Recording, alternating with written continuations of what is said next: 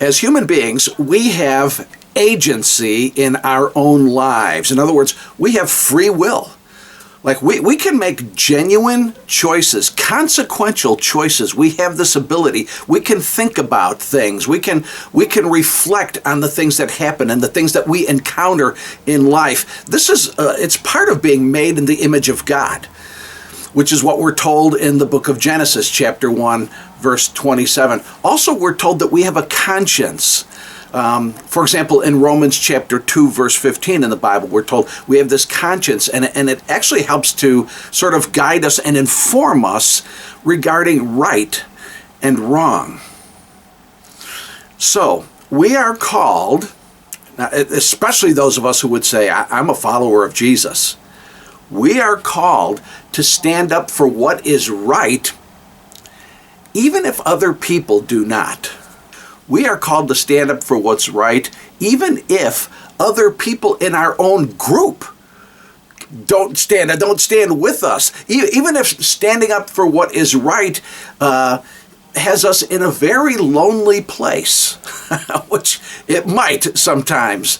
And by the way, I know this is not easy. I'm not saying it's easy. I'm just saying this is the calling on our lives. It requires sometimes real, true courage. The word tribalism is sometimes used to describe this tendency that we humans have to kind of stick with like-minded people and to kind of get in a group and go along with the group and to stay within the safety of the group. I was looking at a research paper a little bit earlier today that was dealing with this concept of tribalism. That's kind of what has me thinking about this, and it helped to define the word tribalism like this. It says, by tribe, this was in this paper, by tribe we simply mean a human social group sharing a common interest. And by tribalism, we mean tendencies to be loyal to and favorable toward one's own tribe and less favorable toward other tribes. Actually, this is very similar to the definition of tribalism that we find in the Merriam-Webster dictionary. It's this accepted understanding of the meaning of that word.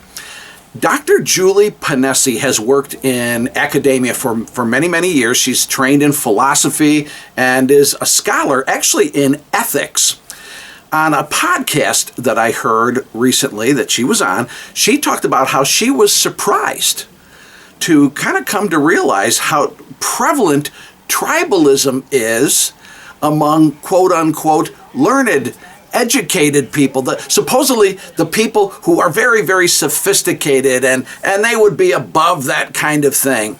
I want to play you a little portion. This is Dr. Ponesse talking about her realization regarding tribalism.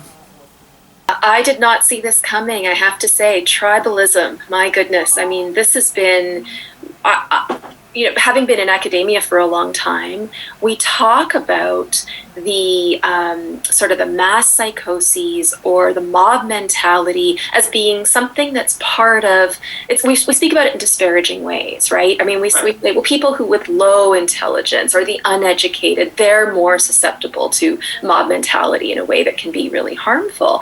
And we sort of I think that anthropologists and sociologists and historians would tell us that we've gradually moved away from this kind of tribalism, which is animalistic.